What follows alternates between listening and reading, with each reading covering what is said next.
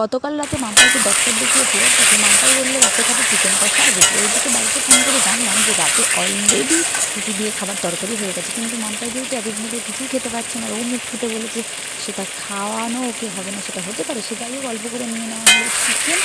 খাওয়ার পরে বাড়িতে আসলাম এবং সেই রান্নার দায়িত্বটা এসে পড়লো আমার ঘরে। মাম্পাই বললো মাম্মা তুমি রান্নাটা করো।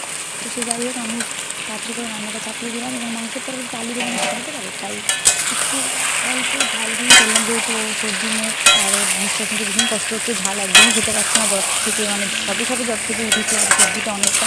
তো যাই হোক কিন্তু অনেকটা রাত হয়ে গেছে বলে আমি নিজেই তাড়াতাড়ি করে আর কি কেটে কেটে রান্না করলাম, কারণ আমি রান্না করার সময় বিশ্বাস করে আমাকে কেউ করে দেবে এটা আমার পছন্দ হয় না। আমি রান্না করবো মানে আমি গুছিয়ে আমি করবো।